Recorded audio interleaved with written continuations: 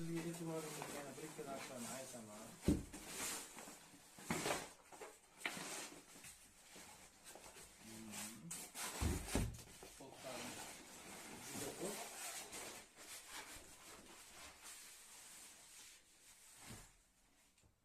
Bu fos arzon bo'lishi mumkin.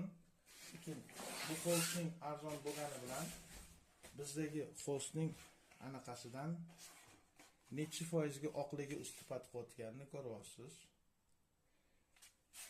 Laboratoriya analizda oqlik darajasi tekshirilganda 2812 shkalani egallagan oqlik darajasi 4000 atmosferaga chidaydi deb yozilgan bu fos. Buniki bizda hali noma'lum, buni ham o'rganib chiqib aytamiz. Lekin oqlik darajasi ko'ryapsiz, ko'kimtir. Bu da rasm chizayotganingizda sizning rangingizdagi tonlar o'shanday bo'lmaydi.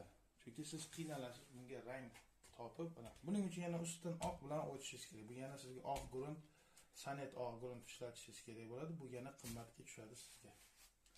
Sizga tavsiya qilamiz. Men bu fosdan foydalanishga, poliester O'zbekistonda gruntovka qilingan, ruchnoy grunt qilingan, mana ko'rinyapti. Ruchnoy degan bilinyapti. Bu anaqasi yo'q, qo'rqinchli emas.